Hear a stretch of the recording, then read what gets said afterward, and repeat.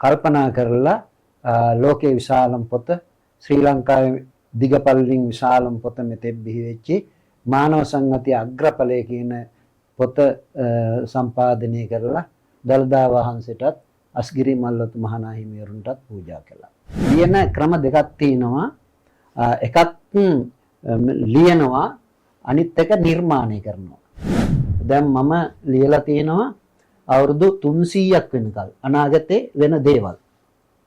අනාගත ලෝකය කියලා පොතක් ලියලා තිනවා. තව අවුරුදු 50කින් මොනවද වෙන්නේ 100කින් මොනවද වෙන්නේ 200කින් මොනවද වෙන්නේ 300කින් මොනවද වෙන්නේ කියලා ලියලා තිනවා. ඒක විද්‍යාත්මක දෙයක් නිකම් බොරු කතා නෙමෙයි. දැන් අපි කියමු අම්බලමේ පිනා වලංකදක් ගෙනා ඒක බින්දපි ගුණා ඒකට මට හිනහ කියනවනේ. නමුත් කවදාකවත් අපේ කට්ටිය මිනිහෙක්ගේ වලංකද බිඳිලා එයාට කරදරයක් වුණාම උඩ පැන පැන හිනහ වෙන්නේ නැහනේ. ඒක අපේ සංස්කෘතිය බෞද්ධ සංස්කෘතිය නෙමෙයි. ඒකේ අර්ථය වෙනස්. ශ්‍රී ලාංකීය සාහිත්‍යකත අස්වද්දන්නට නෙකනෙක කාලයට නෙකනෙක ශ්‍රේෂ්ඨයින් ඒ වගේම ජ්‍යෙෂ්ඨයින් බිහි වෙනවා. ඉතින් අද ස්වදේශීය ටීවී නාලිකාවේ පොතක් ගැන කතාවක් වෙත අපි කැඳවාගෙන ආවේ ඒ වගේ ප්‍රවීණෙක් ජ්‍යෙෂ්ඨයෙක්. මං හිතන්නේ ලෝකයේ විශාලම පොත රචනා කළා තියෙන්නේ ඔහු. ඒ වගේම වැඩිම ග්‍රන්ථ සංඛ්‍යාවක් ලියලා තියෙන්නේ ඔහු. ඉතින් මේ ප්‍රවීණ ලේඛකයා එහෙම නැත්නම් ආදරණීය ලේඛකයා නවනැලියේ විජේතුංග මහත්මයා. ආයුබෝවන් කියලා පිළිගන්නවා සර්. ආයුබෝවන්. ඇත්තටම නවනැලියේ විජේතුංග මහත්මයා කියන්නේ මේ ශාස්ත්‍රීය අති ගෞරවනීය ලේඛකයෙක්. ඔහුගේ පෙළේ අයට වගේම එතනින් පහළ නවකයින්ටත් සෑහෙන අත දෙන ඒ වගේම ආදරය කරන පුද්ගලයෙක්. මම මගේ සර් කියලා තමයි ඔහු අමතන්නේ. ඒ තරම්ම ආදරණීයයි. මම දැන් අහනවා නවනැලියේ සර්ගෙන්. නවනැලියේ සර් කොහොමද ලියන්න ආවේ කියලා. මේක බොහොම බොළඳ ප්‍රශ්නයක් වෙන්නේ නැති. නමුත් අද ඉන්න අය අද අලුතෙන් ලේඛන ශාස්ත්‍රයට එන අය ඒ වගේම අද අලුතෙන් පොත් කියවන්නේ එන අයට ඒක ගොඩක් වැදගත් වෙයි කියලා මම හිතනවා. සර් කියන්න මට සර්ගේ ආරම්භය. මම විශ්වවිද්‍යාලයේ මේ අන්තිම වසරේ ඉගෙන ගන්නකොට තමයි ලේඛන කලාවට යොමු වුණේ. මට හිතෙන විදිහට මම 10 පන්තියේ ඉගෙනුම ලබන කාලේ වාර විභාගයට ලියලා ඉන්නකොට එක සර් කෙනෙක් ඇවිල්ලා මගේ ඔළුව මෙහෙම දෙපාරක් පිරිමැන්දා. ඉතින් මං කල්පනා කරා මේ සර් එහෙම කරන කෙනෙක් නෙමෙයි. මොන හේතුවක් නිසා මගේ ඔළුව පිරිමැන්දද දෙපාරක් කියලා මං ගොඩක් කල්පනා කරා. ඊට පස්සේ පහුවදා මට දැනගන්න ලැබුණා ඊට ඉස්සර දවසේ ලියපු උත්තර පත්‍රයට වැඩිම ලකුණු මට කියලා. ඉතින් ඒක නිකන් මට ජීවිතේ නිකන් කම්පනයක් වගේ ඇති වුණා. ඒක තමයි මගේ මේ තාමත් තියෙන උත්තේජනය කියලා තමයි මම සලකන්නේ. එතකොට සර් එතනින් පටන් ගත්ත ගමන පොත් 325ක් දක්වා ආවේ කොහොමද? මට මේ මම අර විශ්වවිද්‍යාලයේ උගන්වන්නේ මේ ව්‍යවසායකත්වය කළමනාකරන කියන විෂය. ඉතින් ඒකේ කියන්නේ ඉලක්කයක් හමා යෑම අත්‍යවශ්‍යයි කියන එක තමයි අපි උගන්වන්නේ. ඉතින් ඉලක්කයක් ඉටු කර ගැනීමේ දැවැන්ත ආශාවක් උවමනාවක් මටත් තියෙනවා. මට ආසා හිතුණා ලංකාවේ වැඩිම ග්‍රන්ථ සංඛ්‍යාව රචනා කළ පුද්ගලයා බවට පත් වෙන්න. ඒක මට 2012 විතර වෙනකොට ඒ වාසනාව උදා වුණා. ඉතින් ඒ ලංකාවේ වැඩිම ග්‍රන්ථ සංඛ්‍යාවක් රචනා කරන්නට ලැබිච්ච ඒ සතුටට වාසනාවට ලෝකේ ඉහළම බුද්ධිමතා වන බුදුරජාණන් වහන්සේට පොතක් ලියලා පූජා කරන්න ඕන කියලා කල්පනා කරලා ලෝකේ විශාලම පොත ශ්‍රී ලංකාවේ දිගපළලින් විශාලම පොත මෙතෙක් බිහි වෙච්චි මානව සංගතිය අග්‍රඵලය කියන පොත සම්පාදනය කරලා දළදා වහන්සේටත් අස්ගිරි මල්වතු මහා හිමිවරුන්ටත් පූජා කළා. මේ තියෙන්නේ පොත නේද? ඔව් මේ තියෙන්නේ පොත අඩි 3ක් උසයි අඩි 2ක් පළලයි බුදුරජාණන් වහන්සේ පිළිබඳව ලෝකෙම ඉන්න පඬිවරු කියපු අදහස් තමයි මේකේ තියෙන්නේ. එතකොට සර්ට දැන් පළවෙනිම පොත ලිව්වේ කොයි කාලෙද සර්? 1980. ඒ මොකක්ද පොත? ආර්ථික විද්‍යාව උසස් පෙළ ආර්ථික විද්‍යාව කියන පොත තමයි ලිව්වේ. ඒක 6 මාසයක් වගේ කෙටි කාලයකදී අලෙවි වුණා. ඒ කාලේ ඔය ආර්ථික විද්‍යාව වාණිජ්‍ය විෂයන් පිළිබඳව හොඳ උනන්දුවක් තිබ්බ කාලයක්. ඒ කාලේ බන්දුල ගුණවර්ධන මහත්තයයි මමයි PMM බණ්ඩාරයි විජේරත්නයි කියලා අපි 3-4 දෙනෙක් තමයි ලිව්වේ. ඉතින් ඒ කාලේ හරි ජනප්‍රිය විෂයන් ඔය ආර්ථික විද්‍යාව වාණිජ්‍ය ගණකාධිකරණ කියන ඒවා. ඉතින් එහන්දා ඒක ඉක්මනින්ම අලෙවි වුණා. ඒකෙන් ඇති වෙච්ච උනන්දුව තමයි දිගට එන්න හේතුනේ. මට තියෙනවා සර්ගේ නමත් එක්ක පොඩි ප්‍රශ්නයක්. මේ නවනැලිය කියන්නේ ගමද? ගමටත් නවනැලිය කියනවා, ගෙදරටත් නවනැලිය ගෙදර කියලා කියනවා. එතකොට සර්ගේ ගම් පළාත ගැන මට විස්තර කිව්වේ නෑ මොකුත්. සර් මට පොඩ්ඩක් කියන්න ගම. එතකොට සර් මේ ලියන එක ජානමය බලපෑමක් හින්දා ආවද දෙමව්පියන්ගේ මොන හරි ආభాෂයක් තිබුණාද? මට චුට්ටක් ඒ ගැන විස්තර කරන්න. මම මහනුවර දිස්ත්‍රික්කයේ දෙල්තොට ප්‍රාදේශීය ලේකම් කාර්ය කොට්ටාසේ නවනැලිය ග්‍රාමීණ නිලධාරී වසමේ ඉපදිලා තියෙන්නේ. ඉගෙන ගත්තේ පල්ලේබෝල මහාවිද්‍යාලයේ, ඒ වගේම හේවහැට මධ්‍යම මහාවිද්‍යාලයේ, උපාධිය හැදෑරුවේ පේරාදෙණිය විශ්වවිද්‍යාලයේ, ඊළඟට කොළඹ විශ්වවිද්‍යාලයෙන් උපාධියක් ඊට පශ්චාත් උපාධියක් සමත් වෙලා තිනවා. ඊළඟට කැලණිය විශ්වවිද්‍යාලයෙන් ශාස්ත්‍රපති උපාධිය සමත් වෙලා තිනවා. බර්ණස් විශ්වවිද්‍යාලයෙන් ආචාර්ය උපාධිය සමත් වෙලා තිනවා. පවුලේ විස්තර ටිකක් පොඩ්ඩක් කියන්න ඉතින්. මම වැඩිමහල් අයියා කෙනෙක් ඉන්නවා. බාල නංගිලා දෙන්නයි මල්ලිලා දෙන්නෙකුයි ඉන්නවා. දෙමාපියෝ නැහැ. මගේ අප්පච්චි වඩු කාර්මිකයෙක්, ඒ වගේම මේ කලා ශිල්පියෙක්. ඔය සඳකින්දුරු මනමේ ආදී නාට්‍ය මේ නිෂ්පාදනය කරලා අර ගම්බද ඉස්සර තිබුණානේ, ගම්බද ප්‍රදර්ශනය කරලා තියෙන එහෙම නාට්‍ය ගුරුවරයෙක්. අර ටීටර් කියන්නේ ඒවද? ඔව් ඔව්. ටීටර් ඒ දවස්වල තියෙනවා. ගම්බද පෙන්වුවේ. ඔව් ඔව්. තැන් වල ඒ ශිල්පියෙක්. ඒ වගේ මම 8 පන්ති විතර ඉගෙන ගන්නකොට ඔය පරණ CR පොතක් මේ පිටු හිස් තියෙන එකක් අරගෙන ඒකේ ඔය රටවල් වල නායකයෝ අගමැතිවරු ඔය වගේ වැදගත් සිද්ධීන් එහෙම ලියලා තිනවා. ඉතින් මේ ඒක මම හිතන්නේ ලේඛන කලාවට ඒ පසු කාලේ යොමු වෙන්න මේ බීජය වශයෙන් මේ ඒ පාර මේ මුල ඉඳන්ම තිබිලා තිනවා කියලා තමයි මට හිතෙන්නේ. දැන් සර්ගේ පොත් ලැයිස්තුවෙත් ඒ වගේ පොත් ගොඩක් තියෙනවානේ. ඔව් ලංකාවේ වැඩියෙන්ම සාමාන්‍ය දැනීම විශේෂ දැනීම් පිළිබඳ පොත් ලියලා තින්නේ මමයි. පොත් 50කට අධික සංඛ්‍යාවක් ලියලා තිනවා. කාලයක් මගේ පොතක් ඇරෙන්න වෙන එකම සාමාන්‍ය දැනීම පොතක්වත් මිලදී ගන්නට නැති තත්ත්වයක් තිබුණා. තිබුණා කියන්නේ මට මතකයි පාසල් වල ගුරුවරු නිර්දේශ කළා එවනවා මේ පොත ගන්න. නවනැලිය විජේතුංග මහත්මයාගේ මේ පොත ගන්න. ඔව් ඒ වගේ පොත් ගණනාවක් එකම කාලෙක පොත් 5ක් 6ක් වර්ග තිබුණා දැනුම සම්බන්ධයෙන්. ඒ විශ්වයෙන් දැනුම වැඩුම කියන පොත් 10-12 වතාව මුද්‍රණය කරලා තිනවා. මගේ ලේඛන දිවියට අමිල තල්ලුවක් නැත්නම් මේ ධෛර්යයක් දුන්න පොත් තමයි සාමාන්‍ය දැනීම් පොත්. ඒ නිසා තමයි මෙච්චර ගමනක් එන්න හම්බ වුනේ. පොත් වගේ අමිල තල්ලුවක් දෙන කෙනෙක් ගෙදර ඉන්නවා. එයා ගැන චුට්ටක් මතක් කරමු. ඔව් මගේ ලේඛන දිවියේ සම්පූර්ණ ශක්තිය නෝන මහත්තයා ආශා ශ්‍රී විජේතුංග එයා තමයි ටයිප් සෙටින් කරන ඒවා සාප්පුවලට අවශ්‍ය පොත් මේ එනෝම් ලබාගෙන ඒවා සපයන්නේ. ඒ වගේ සම්පූර්ණ මේ ස්ටෝස් තට්ටු 3 බිල්ඩින් එකක් තියෙනවා. ඒකේ සම්පූර්ණයෙන්ම පොත් තියෙන්නේ. ඒක සම්පූර්ණයෙන්ම මෙහෙවන්නේ මගේ නෝනා. එයා තමයි මේ මට සාප්පුවකටවත් යන්න දෙන්නේ නැහැ. යන්න එපා මේ හරි නෑ කියලා. සාප්පුවකටත් යන්න දෙන්නේ. එයා තමයි ඔක්කොම ගිහිල්ලා ඒ ගණදුණු මේවා කරලා ඒ ඔක්කොම කරන්නේ. එයා තින් බලනකොට ලොකු විශාල සහයෝගයක් ලබා දීලා තිනවා. තාමත් ඒ සහයෝගය ලැබෙනවා. දරුවෝ දෙන්නෙක් ඉන්නවා. දුවයි පුතයි දෙන්නම උපාධාරීන්. දුව මේ උපාධාරී ගුරුවරයෙක් වශයෙන් ඉඳලා ඉන් ඉවත් වෙලා දැන් ඉතාලියේ පදිංචිලා ඉන්නවා. පුතා විගණකාධිපති එකේ විගණක නිලධාරියෙක් වශයෙන් සේවය කරනවා. ඉතින් ගොඩක් වැදගත් කාරණා ටිකක් කියවුණා.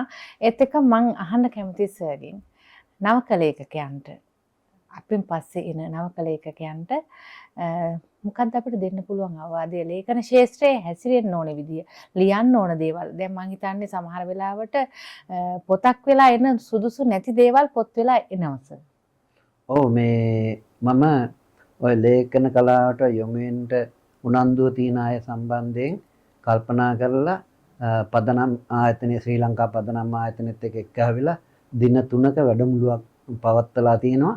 ඒ ලේඛකයන්ට දෙන්න තියෙන මේ අවවාදය තමයි උපදේශය තමයි පොඩක් ලේඛන කලාව හදාරන්න ඕන ඉස්සෙල්ලා. මොකද හුඟක් කට්ටිය අපේ සංස්කෘතිය හැදියාව ලේඛන කලාව දැන් නවකතාවක් නම් නවකතාවේ තියෙනවා ශිල්පීය ක්‍රම ටිකක්. කෙටි කතාවක් නම් කෙටි කතාවේ තියෙන මූල ධර්ම ටිකක්. කවි නම් කවියේ තියෙන මූල ධර්ම ටික. ඒ ටික හදාරන්න ඕන. ඒවා පොත්පත්වල නැහැ. ඒක මේ හදාරන්න ඕන. එදා අපේ සංස්කෘතිය කිව්වහම අපේ සංස්කෘතියින් දෙකක් තියෙනවා. ඒක 11 වෙනි සියවසේ තමයි දෙකක් උනේ. ඉස්සර තිබුණේ සිංහල සංස්කෘතිය කියලා එකයි. පොළොන්නරු යුගයේදී 11 වෙනි සියවසේ සංස්කෘතියින් දෙකක් වුණා. නාගරික සංස්කෘතිය මේ ග්‍රාමීය සංස්කෘතිය කියලා. ඒක තාමත් ක්‍රියාත්මකයි.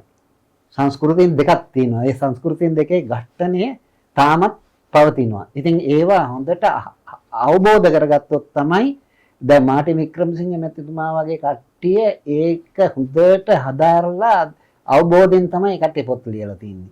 එතකොට අපි මේ සංස්කෘතියේ බිමට බැස්සේ නැත්තම් අපිට ඒවා හරියට අපිට පදනම සකස් වෙන්නේ නැහැ. ඒ අන්ද ටිකක් හදාරලා ඕනම විෂයක් පිළිබඳව ටිකක් හදාරලා ඒකට බැස්සොත් ඒකෙන් ජය ගන්න පුළුවන්. ඒ වගේම මේ ලියන්න ඕන. ලියනකොට තමයි අඩුපාඩු හරියන්නේ. මම අවුරුදු 20ක් විතර ගියාට පස්සේ තමයි අක්ෂර වින්‍යාසයේ වැරදි අරවා මේවා ඔක්කොම අංග සම්පූර්ණුනේ. එක එක්කෙනා පෙන්නලා දුන්නාට පස්සේ තමයි අවුරුදු 20කින් විතර තමයි සම්පූර්ණ මේ නිවැරදිතාවයට ලේඛන කලාව පත් උනේ. ලියන ක්‍රම දෙකක් තියෙනවා. එකක් ලියනවා අනිත් එක නිර්මාණය කරනවා කියලා දෙකක් තියෙනවා. දැන් ඔක් කට්ටිය ඔක්කොම හුඟක් කට්ටිය කරන්නේ ලියන එක. ඒක රචනා කරන එක. ඒක නෙමෙයි නිර්මාණශීලී කියලා නිර්මාණ කියලා දෙයක් තියෙනවා. ඒක තමයි කලාව කියලා කියන්නේ. ඒක ටික assume ඒක අවශ්‍ය නම් කියලා දෙන්නත් පුළුවන් ඕන කෙනෙකුට. ඒක බොහොම මේ නිර්මාණයක් කලාවක් කියන එක තමයි උතුම්ම දේ. එතෙන්ට ළඟා වෙන එක ටිකක් හරි අමාරුයි.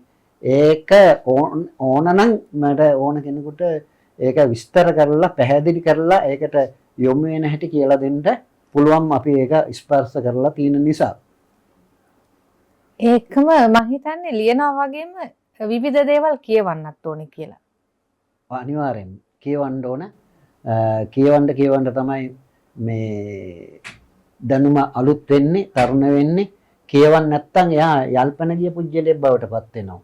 අනිවාර්යෙන්ම මේ වයසින් විතරක් නෙමෙයි ක්‍රියාවන්ගෙමුත් මේ යල්පන ගිය පුජ්‍යලෙක් බවට පත් වෙනවා.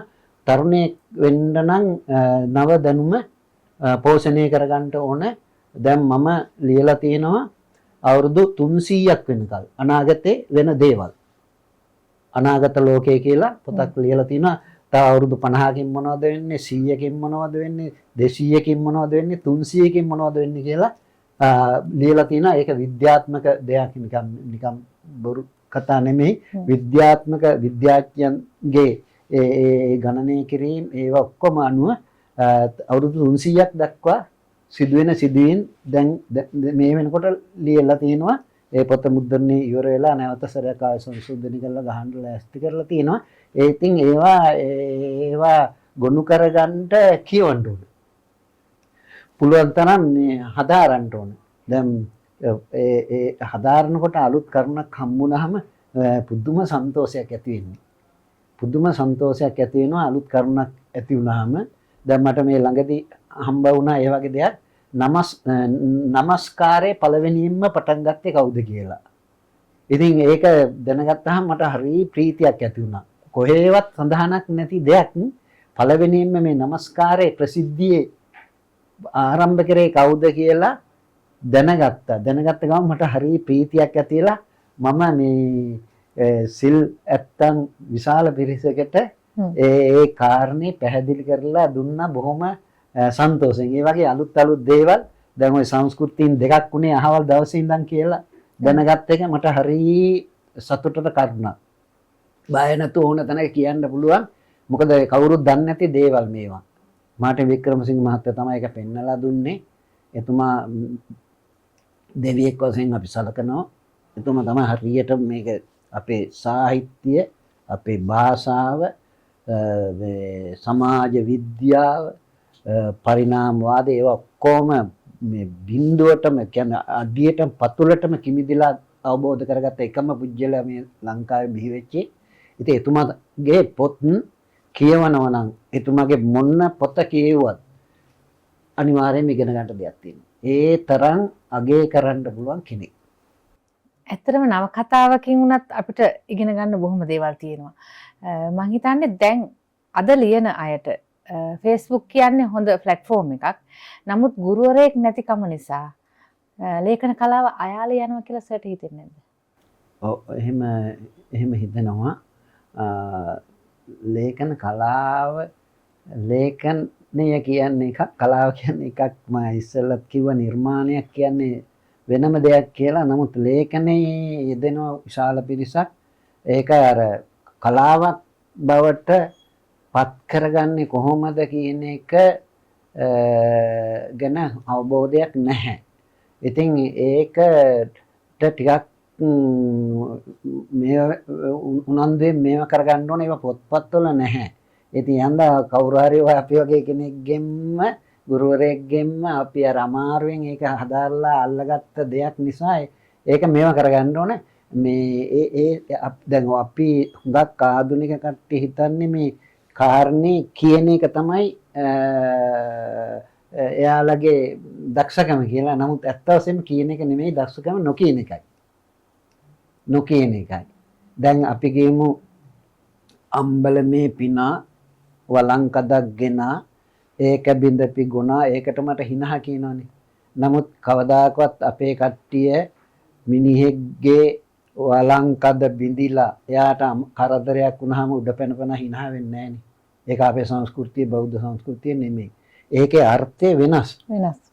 ඒකේ අර්ථය අම්බලමේ පිනා කියන්නේ අපි මේ ලෝකේ ඉන්න මිනිස්සු, වලංකදක් ගෙනා කියන්නේ ආශාවල් පොඩි බඳගෙන ආවා කියන එක. තණ්හාව ආශාව කියන එක අපි අරන් එනවනේ. අරගෙන අපේක ඒක බින්දපි ගුණා කියන්නේ ගෞතම නායක කියන්නේ, ගෝතම නායක කියන්නේ බුදුරජාණන් වහන්සේ. ඒකට මට හිනා සංසාර ගමන නතර කරපු නිසායි හිනා වුනේ. අන්න කවි.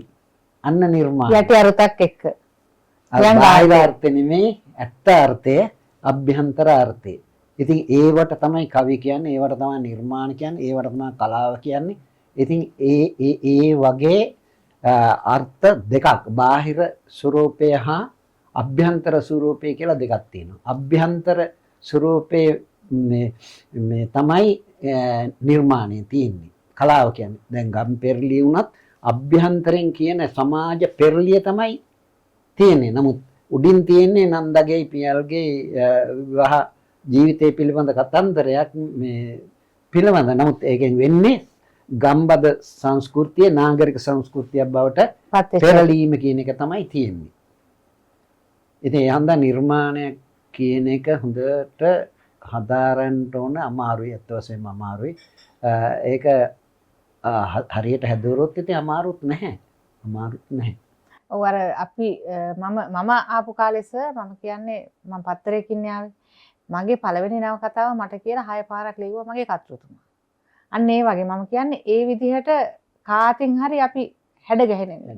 හැඩ වැටෙන්න ඕනේ. අර මැණික් ගලක් කැපිලාවට පස්සේ මේක හැඩ වැටෙන්නේ. අන්න ඒ වගේ ලේඛකයා වුණත් මම හිතන්නේ ඒ විදිහට එන්න ඕනේ කියලා. ලියන්න තමයි ඒක උපවත් වෙලා ඉන්නේ. ලියන්න ඕන. දැන් මේ තව කෙනෙකුට කිව්වොත් ලියන්න බෑ එයාට. ඇයි? ලියන්න නැති හින්දා. අන්න හරි. ලියන්න ඕන. ලියන්න තමයි ඔව්. මේකේ ආගිය තැන් මුල ගිය තැන් මේක හරි මේ හරි ගැඹුරු දෙයක්නේ. අපේ භාෂාව ඉතා උතුම් භාෂාවක්. භාෂා 10000ක් විතර තියෙනවා. 7000ක් විතර භාවිතා වෙනවා. ඒකෙන් මේ 63 වෙනි භාෂාව තමයි සිංහල භාෂාව කියන්නේ. ඒ කියන්නේ ලෝකේ පැරණිම භාෂාවක්. උතුම් භාෂාවක්. ලංකාවේ ලෝකේ හොඳම භාෂා මේ ව්‍යංග්‍යාර්ථවත් භාෂා වලින් හතර ලෝකේ 4 වෙනි අතරට අපිත් ඉන්නවා. ඒ තරම් මේ සියුම් ඊටාම වැදගත් භාෂාවක් අපේ තියෙන්නේ. මම නෙවෙයි කියන්නේ පොන්නම්බල රාමනාഥන් මහත්තයා එහෙම කියලා තියෙනවා. වෙනත් ජාතිකයෙක් තමයි කියලා තියෙන සිංහල භාෂාව මෙච්චර වටිනවා කියලා. ඉතින් ඒ නිසා මේවා හදාarලා මේ ආගිය තැන් මුලගිය තැන් විමසලා අවබෝධයෙන් වැඩේට බහින්න ඕන. සතතාභ්‍යාස කියන්නේ නිතරම කරන්න ඕන. නිතරම කරනකොට තමයි මේක අහුවෙන්නේ. ඒකයි වැඩේ. දැන් ඔන්න මගේ ළමා කතාවක් තියෙනවා. හොඳ යාළුවෝ කියලා. ඒක දැන් ඔන්න ඒක හොඳ වෙන්න හේතුව තමයි මේ යහළුවෝ ටිකක් මේ සෙල්ලම් කර ඉඳලා මේ ආවට කැලේකට ගිහිල්ලා මේ පළතුරු කැඩුවා. පළතුරු කඩනකොට සර්පෙක් ආවා ගහ දිහාට. එතකොට ගහේ ඉන්න එක්කෙනා ඇරෙන්න අනික් කට්ටිය දිව්වා. ඒ වෙලාවේ මෙයා ගහින් වැටලා අඬ ඉන්නකොට ඔතනින් යනවා සරිත් මුගලන් දෙනම. එයි මොකද උනේ කියලා විස්තර අහලා මේ එයාට මේ වතුර ටිකක් දීලා පවන් සලලා අර යාළුවෝ ටිකක් ගෙන්නගෙන හොඳ යාළුවෙක් වෙන්නේ කොහොමද කියලා ඔයාලා ඇයි නරකලා එනුවෙක් උනේ ඔයාලා මෙයාට කරදරයක් වුණාම දාලා ගියේ ඇයි හොඳ යාළුවෙක් වෙන්නේ කොහොමද කියලා පාඩම කියලා දුන්නා. අන්න සංස්කෘතියයි අපේ පණිවිඩයයි දෙක සම්බද්ධ කරා. අන්න ඒ වගේ ඒවා තමයි මේ ලියවෙන්න ඕනේ. එතකොට ඒක අපේ දෙයක් බවට පත් වෙනවා. මේ નિરાයසෙන්ම සංස්කෘතියයි අපේ කාරණේ බද්ධ වෙනවා. රසයයි ආදර්ශයයි දෙකම දෙනවා. නමුත් අපිට කලාකෘතියකින් කිසි කෙනෙකුට අයිතියක් නැහැ මෙහෙම කරන්න කියන්නේ. කාටවත් අයිතියක් නැහැ මෙහෙම මෙයා හොඳයි මෙයා නරකයි මෙහෙම කරන්න ඕන කියන්න කාටවත් අයිතියක් නැහැ. නිර්මාණයෙන් පෙන්වන්න ඕන එච්චරයි. අපිට කියන්න බෑ මොනම හේතුවක් නිසා මෙයා හොඳයි මෙයා නරකයි මෙහෙම කරොත් හොඳයි මෙහෙම කරොත් නරකයි කියලා. හේතුව දැන් අපි කියමු මත්පැන් බොන කෙනා නරකයි කියලා අපි පොත ලියනකොට ලිව්වට බොන කට්ටිය කියන හොඳයි කියලා. ඉතින් යන්ද අපි නරකයි කියන එක තේරුම් නැහැ. නමුත් අපි නරක බව පෙන්නලා ආදර්ශෙන් පෙන්වන්න ඕන, චරිතෙන් පෙන්වන්න ඕන. කියන්න අයිතියක් නැහැ අපිට කාටවත්. ඉතින් අපේ සර් කිව්වා ලියන අයට අත දෙන්න පුළුවන්, උදව් කරන්න පුළුවන්, කියලා දෙන්න පුළුවන් කියලා. ඉතින් අපි සඳහන් කරමු අපේ සර්ව කොහොමද හම්බෙන්නේ කියලා. කමක් නැහැ නේද? කමක් නැහැ. සර්ගේ දුරකථන අංකය අපි තිරේ දිස් වෙන්න දාන්නම්. ඒත් එක්කම මේ මට කියන්න සර්ට තියෙනවා නේද ප්‍රකාශන ආයතනය? ඔව්. දැනුම වැඩිම ප්‍රකාශකයෝ කියන ආයතනේ මගේ පොත් පමණයි මම ප්‍රකාශයටපත් කරගන්නේ. ඒක කතුරු ප්‍රකාශකයෙක් වශයෙන් මම කටයුතු කරන නිසා මගේම කියන ප්‍රකාශන ආයතනයක් ආරම්භ කළා. මුලදී මම එක ආයතන වලට පොත් ලැබලා දුන්නා. නමුත් මට නිසි සාධාරණයක් ඒ පුජ්‍යලික ආයතන වලින් ඉටු වෙන්නේ නැති නිසා මගේ පොත් මම්ම මුද්‍රණය කරගන්න පටන් ගත්තා. ඒ නිසා මට මේ මෙච්චර ගමනක් එන්න වාසනාව උදා වුණා. එන්න පුළුවන් වුණා වගේම මේ මං හිතන්නේ පාඨකයන්ට බොහොම අඩු මිලට පොත් දෙන්නත් පුළුවන් වුණා. ඔව් ගොඩක් මම හිතනවා අනිත් ප්‍රකාශකයන්ගේ ප්‍රකාශනත් එක බලනකොට අපේව බොහොම මිල අඩුයි. අර මම්ම මේ සම්බන්ධ නිසා අපි පුළුවන් තරම් අඩු මිලට මේවා කරනවා. ඒකත් අපේ ඉදිරි ගමනට හේතුවක් ඇත්ත වශයෙන්ම. ලේඛකයෙක් කියන්නේ කවදාවත් වයසට යන්නේ නැති කෙනෙක්. හැමදාම තරුණයෙක් වෙලා ලියන්න පුළුවන්. සමහර විට ඒ ලබන ආත්ම තෘප්තියත් එක්ක එන මානසික සහනය නිසා වෙන්න පුළුවන්. සර් මට කියන්න ලියලා ලැබෙන සතුට කොහොමද? අත වශයෙන්ම මේ හරි නිර්මාණය කරාම මේ ආත්ම තෘප්තියක් ලැබෙනවා. දැන් සමහර වෙලාවට අපි ලියපු පොතක් දැන් මම කියනවා මෙතන ශ්‍රී ලංකා උපත කියලා පොතක් තියෙනවා. ඒකේ මිල රුපියල් 100යි. ඇත්ත වශයෙන්ම රුපියල් 5කවත් ලාභයක් නෑ. නමුත් ශ්‍රී ලංකාව ලෝක ගෝලේ තියෙනකොට තිබුණේ කොතනද? දෙකට කැඩුනහම ලෝකෙ දෙකට කැඩුනහම අංගාරාලන්තයයි ගොඩ්ඩානන්තයයි කියලා දෙකේ කොතනද තිබුණේ? ඊළඟට මහද්වීප 6කට බෙදුණා. ඇන්ටාර්ටිකා මහද්වීපය තමයි ලංකාව තිබුණේ. හරිද? දකුණු ඇමරිකාවට පල්ලෙහායින් ඇන්ටාර්ටිකා මහද්වීපය තමයි ලංකාව තිබුණේ. එතනින් කිලෝමීටර් 5000ක් ඈතට ඇවිල්ලා තමයි ආසියා මහද්වීපය හැප්පිලා එතනිමුත් කැඩිලා දැන් තියෙන තැන ස්ථාපිත වෙලා තියෙන්නේ. ඉතින් ඔය රුපියල් 100 පොත ඇත්ත වශයෙන්ම රුපියල් 5ක් විතර වගේ තමයි අපිට තියෙන්නේ. බුද්ධ නිවේදය යන රුපියල් මේ 140ක් විතර වට්ටම් දෙන්න ඕන 140ක් විතර අපි වාහන වල එහාට මෙහාට යනවා සාප්පු වලට ගෙනියන්න ඕන ඒ වියදම් 110ක් විතර ගියාම 110ක් විතර තමයි අපිට ඉතුරු වෙන්නේ. ඒකත් ඇත්ත වශයෙන්ම මේ රුපියල් 5ක් වගේ තමයි ලැබෙන්නේ. ඒකත් අවුරුදු 10ක් සමහරවිට පොත අලෙවි වෙන්න අවුරුදු 10ක් විතර යනවා. 10ක් තිස්සේ අර තමයි ලැබෙන්නේ. නමුත් අර ඒකෙන් දැන් මම ඒක කිව්වේ මට හරි ආඩම්බරෙන් මං කියේ කිසිම පොතක සඳහන් නැහැ ඕවා. කිසිම පොතක සඳහන් නැහැ. මහාචාර්යවරු ඉන්නවා, භූගෝල විද්‍යාව පිළිබඳ විශේෂඥයෝ ඉන්නවා. නමුත් කිසි කෙනෙක් මේ ශ්‍රී ලංකාව බිහි වුණේ මෙහෙමයි කියලා කිසිම තැනක සඳහන් කරලා නැහැ. ඒක මට මේ හරි සතුටෙන් තමයි මම ඒක ප්‍රකාශ කළේ. ඉතින් ඒ වගේ ආත්ම තෘප්තිය තමයි ලේඛන කලාවෙන් ලැබෙන්නේ. ආර්ථික ලාභ බොහොම අඩුයි. මම හිතන්නේ අපිට තව දවසක් කතා කරන්න තව මාතෘකා කීපයක් තියෙනවා සර්ත් එක්ක. මේ එහෙමනම් අවසාන වතාවට මම සර්ගෙන් තව ප්‍රශ්නයක් අහනවා. දැන් අපි වගේ අයට ලේඛකයන්ට ඒ වගේම පාඨකයන්ට මොනවද සර්ට කියන්න තියෙන්නේ? එහෙම කියලා අපි අපේ වැඩසටහන අදට ඉවර කරමු. ලේඛන කලාවේ නිරත වෙන්න අදහස් කරන අයට අවශ්‍ය මඟ පෙන්වීම ලබා දෙන්න පුළුවන්.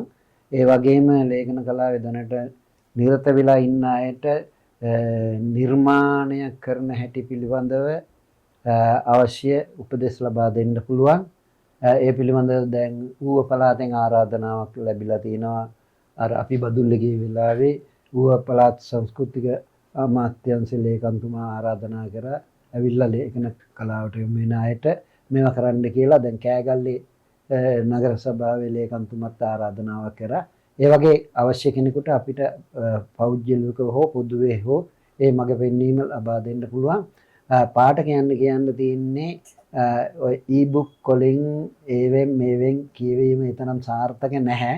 ඒක අසාර්ථකයි, දැනටමත් අසාර්ථකයි. පොතක් අරගෙන පිටුවක් බලන තරම් වින්දනයක් අවබෝධයක් ලබා ගන්නට වෙන කිසිම මාධ්‍යයක් නැත. ඔය මාධ්‍ය සියල්ලම අසාර්ථක වෙලා නැවත පොත කියන තැනට අපිපත් වෙනවා. ඒ වගේම අපි හිටිය තැනටම එනවා. ඒ කියන්නේ එහෙම කිව්වේ අපි කවදා හරි ගස් යට ජීවත් වෙන තත්යකට එනවා. පැරණි දේවල් අගය කරන තත්යකට එනවා. ඒ වගේම පොතත්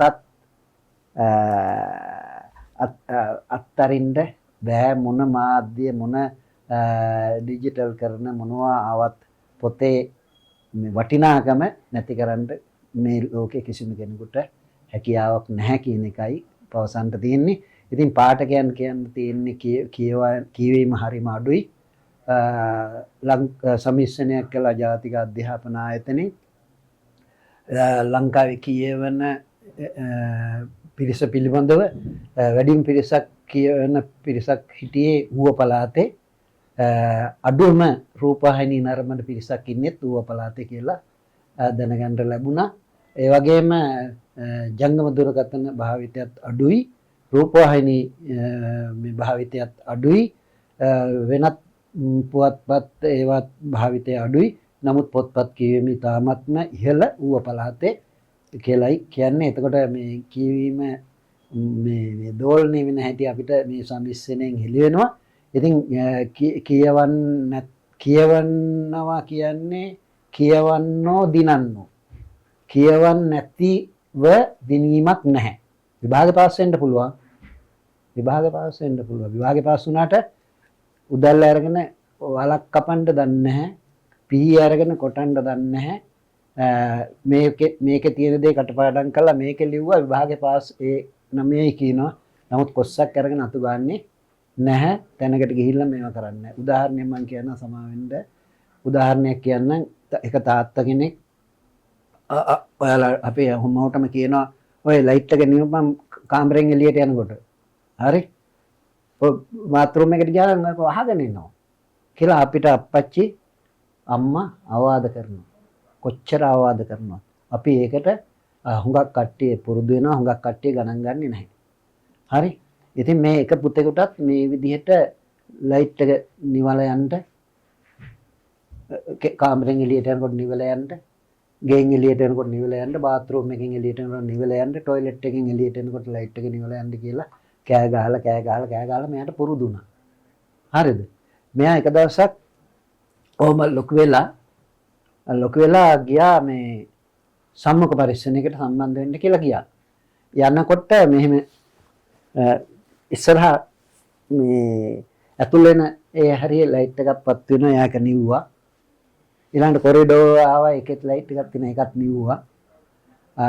ඊළඟට තවත් තැනකින් ඒ අවශ්‍ය මේ සම්මුඛ පරීක්ෂණ ශාලාවට යනකොට තවත් ලයිට් එකක් තිබ්බා නිව්වා. ගිහිල්ලා ඉන්ටර්විව් බෝඩ් එකේ ඉඳගත්තා. ඉන්ටර්විව් බෝඩ් එතනත් ලයිට් එකක් තිබුණා. එයා ඒක නිවන්න හැදුවා. ඒක නිවන්න එපා කිව්වා. ඒ පාර ඉඳ ගන්නද කියලා අහලා ඉඳගත්තා. අපි නම් ගිහින් ඇඳලා ඉඳ ගන්නවා. එහෙම නෙවෙයි. ඉඳ ගන්නද කියලා ඇහුවා. ඉඳ ගන්න කිව්වා. සාතික අදින්න හැදුවා. සාතිකේ පහ කිව්වා. හිටින් ඉඳන් වැඩට එන්න පුළුවන්ද කියලා ඇහුවා. අර පුරුදු විතර 100ක් විතර ඉන්ටර්විව් ඇවිල්ලා තිබුණා. උපාධාරයෙන් ඒ ශාස්ත්‍රයේ පිළිබඳ සාහිතිකේ තියෙන වැදගත් අය ඉන්න කියලා තිබුණා. ඒ එක්කෙනෙක්වත් ජාත්තේ නැහැ. මෙයාට කිව්වා හෙට ඉඳන් වැඩට එන්න කියලා. ඉතින් ඒ ආදර්ශයේ හැදියාව හැමතැනකදීම බලපාන. පොතපතින්ම ගන්න බෑ. අධ්‍යාපනයෙන් ගන්න බෑ. නමුත් ගන්න බෑ. ඒක පොත්පත් කියවලා මේ දැනුම ලබා ගන්නත් පුළුවන්. ආදර්ශයෙන් ලබා ගන්නත් පුළුවන්. දැන් කෙනෙකුට මේක අහලා ඒක ආදර්ශයට ගන්නත් පුළුවන්. තව කෙනෙකුට අත්දැකීමෙන් ලබා ගන්නත් පුළුවන්. තව උදාහරණයක් කියන්නම්. ගුණපාල මල්ලසේකර මැතිතුමා ලේඛන ආරක්ෂක දෙපාර්තමේන්තුවට හැමදාම වගේ එන කෙනෙක්. එක දවසක් එනකොට මේ මුරකරු රැවුල වවාගෙන කොණ්ඩේ අවුල් කරගෙන හිටියා. ඊට පස්සේ මෙයා ඇහුවා මේ මොකද කොණ්ඩේවත් පීරලා නැත්තේ? රැවුලවත් කපලා නැත්තේ කියලා කිව්වා. සර් මෙහිමයි දැන් නැගිට්ටේ මෙහිමයි ඉන්නේ කියලා කිව්වා. එහෙම නෙමෙයි පුතා. හරිද? රැවුල කපලා හැමදාම උදේට කපන්න ඕනේ. කොණ්ඩේ පීර ගන්න ඕනේ. තියෙන ඇඳුම එකක් වුණත් කමන්නේ හොඳට හොදලා ඇඳින්න.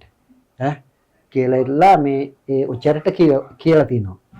ඒ ඔච්චර මට කිව්වා. මමත් ලේඛනාස්තික දෙපාර්තමේන්තුවේ ටික කාලයක් වැඩ කරා.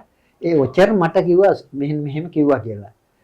ඒ ඔච්චර ඒක ආදර්ශයට ගත්තේ නැහැ. මම මුළු ජීවිත කාලෙම ඒක ආදර්ශයට ගත්ත තැනකට යනවනම් හොඳට කොණ්ඩේ පීර ගන්නවා. තැනකට යනවනම් ට්‍රැවල් කපනවා.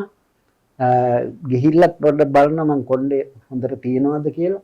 ඒ ආදර්ශය මම මුළු ජීවිත කාලෙටම ආදර්ශයට ගත්තා. ඉතින් ඒ වගේ මේ ලේඛන කලාවේදී ආදර්ශ ගන්න පුළුවන් ක්‍රම දෙකක් තියෙනවා. අත්දැකීමෙන් ආදර්ශ ගන්නත් පුළුවන්, කියවලා ආදර්ශ ගන්නත් පුළුවන්. ඉතින් කියවලා ආදර්ශ ගන්න එක ලේසි. අපිට එතකොට අවුරුදු 100ක් ජීවත් වෙලා ලබන දැනුම අවුරුදු 10න් 20න් ලබා ගන්න පුළුවන්. ඒක මාර්ටින් වික්‍රමසිංහ මහතාත් කියලා තියෙනවා. ජාතක කතා කියවනවා නම් අවුරුදු 100 ගානක් ජීවත් වුණාට වඩා අත්දැකීම් ලබන්න පුළුවන් කියලා. ඉතින් ඒ හන්දා පොතපත හදාarලා පොතපතින් උපරිම ප්‍රයෝජන ගන්නේ කියන එක තමයි කියවන පාඨකයන්ට දෙන්න තියෙන ආදර්ශය. ඉතින් බොහොම රසවත් හරවත් විනාඩි ගාණක් ගෙවුණා. ඇත්තටම පොත් 325ක් එක්ක අපිට මේ පොඩි කාලය ගෙවන්න අමාරුයි අසීරුයි. එහෙනම් මම හිතනවා අපිට කතා කරන්න තව තියෙනවා සර්ත් එක්ක අපි වෙන දවසක ඒ වෙනුවට යොදාගමු. එහෙමනම් අද ස්වදේශික නාලිකාවට ආවාට ගොඩක් ස්තුතියි අපේ සර්ට. එහෙම කියලා අද අපි සමු ගන්නවා. මම හිතන්නේ අර පොත් ගැන සර්ගේ තියෙන එක පොතක් අපිට කතා කරන්න පුළුවන් අපේ මුළු කාලයම අපි එහෙම දවසක් ආයෙ යොදාගෙන ඔබ හමු වෙන්න ආයෙත් එනවා. සර් එහෙමනම් ගොඩක් ස්තුතියි ආයිබෝවන්.